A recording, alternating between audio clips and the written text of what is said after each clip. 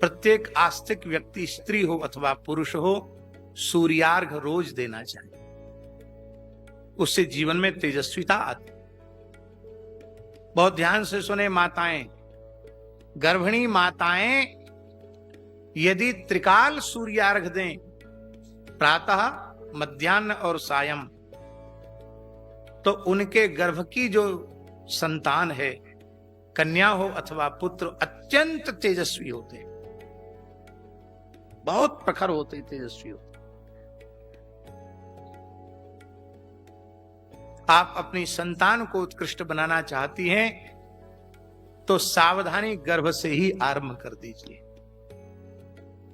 एहि सूर्य सहस्रांशो तेजोरासे जगतपते अनुकंपय माम भक्त्या ग्रहणार्घ्यम दिवाकर। आप लोगों को याद है मंत्र? नहीं याद है? चलो इसको याद कर लेना, इसी से दिया करो सूर्यार्घ। बोलो एहि सूर्य सहस्रांशो, एहि सूर्य सहस्रांशो तेजोरासे जगतपते, तेजोरासे जगतपते अनुकंपय माम भक्त्या, अनुकंपय मां भक्त्या गृहाणार्घ्यम दिवाकर। गृहाणार्घ्यम दिवाकर। इस तरह से नित्य सूर्यार्घ देना चाहिए। देखो सनातन धर्म में पंचदेवोपासना प्रधान है।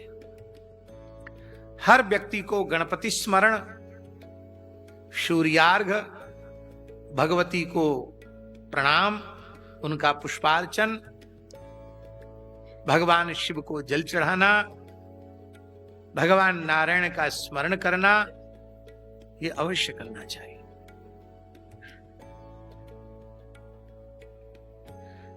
कल की ही बात है, एक व्यक्ति हमको मिले, बोले मैं अमुक परंपरा से हूं, देवी देवताओं को किस रूप में मानना चाहिए। एयरपोर्ट पर पूछ रहे थे, इनकी क्या बता मैं इनको, मन बड़ा दुखी हो गया।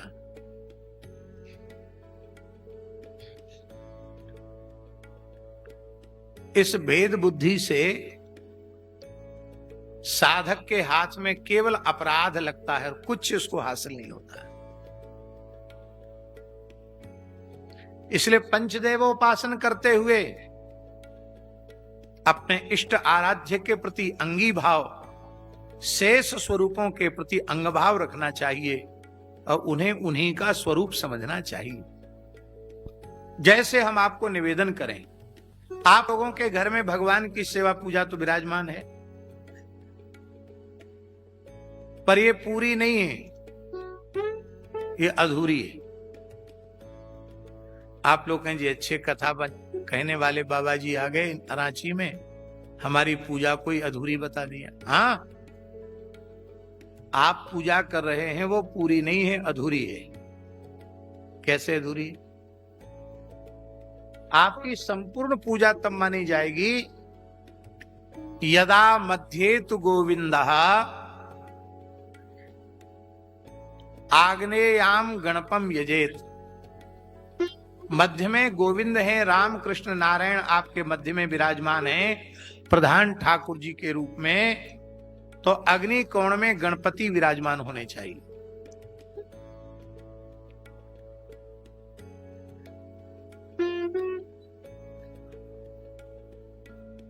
नैऋत्ये तु यजेत रविम, नैऋत्य कोण में सूर्य होना चाहिए।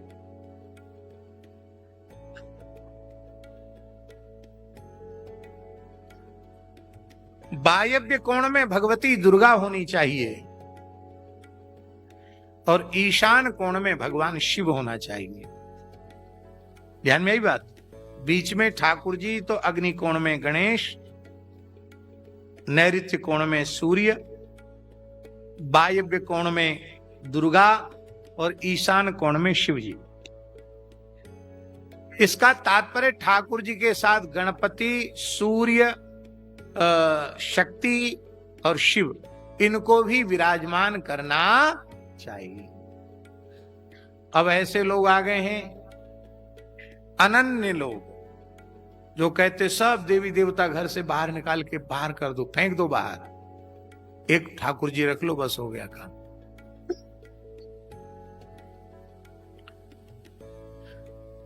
प्रत्येक महीने में संकष्टी और वैनायकी चतुर्थी आती कि नहीं बोलो? गणेश जी की उपासना होती कि नहीं होती? पूरे वर्ष की संकष्टी वैनायकी आप न कर सकें, ध्यान से सुने, तो प्रत्येक आस्तिक सनातन धर्मी को भाद्र शुक्ल पक्ष की चतुर्थी का व्रत करना चाहिए और उसको वैनायकी कहते हैं, और माघ कृष्ण चतुर्थी जिसको संकष्टी कहते हैं उसका व्रत करना चाहिए। वर्ष में कम से कम 2 व्रत गणपति के करने ही चाहिए। हमारे पूज्य सद्गुरुदेव श्री भक्तमाली जी महाराज आज्ञा दे करके हम लोगों को व्रत करवाते थे, विशेष पूजन करवाते थे। कहते पंडित जी अपने विद्यार्थियों को कहो दुर्वा लाएं, लाजा लाएं और भगवान गणेश का, आज कुछ पढ़ाई वढ़ाई नहीं होगी, आज दिन भर गणपति अर्चन होगा। उसके प्राचीन चित्र भी हमारे पास रखे।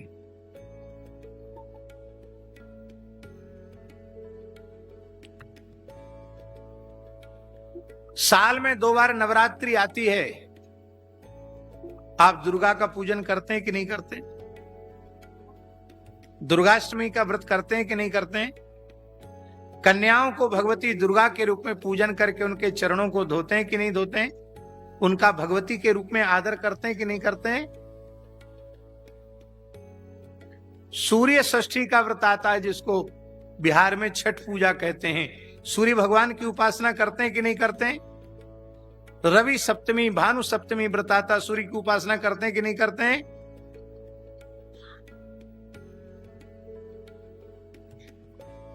शिवरात्रि का अवसर आता है, प्रत्येक सनातनी व्यक्ति शिवरात्रि का व्रत करता है कि नहीं करता है?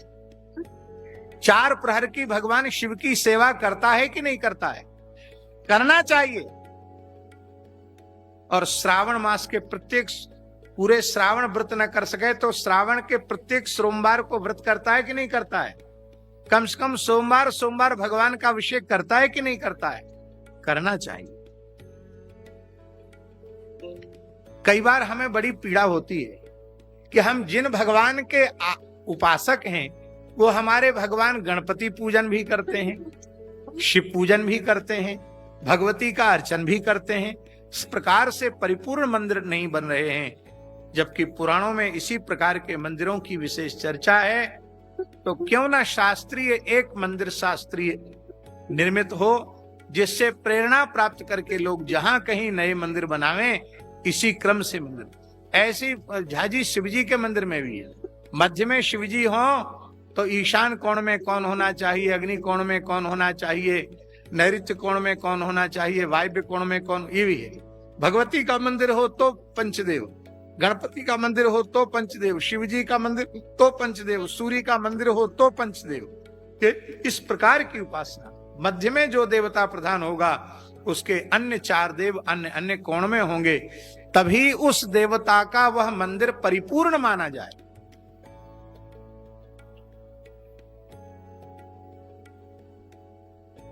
अब वो भाव तो भगवान की प्रेरणा से जग गया है, जब उसकी पूर्ति होवे।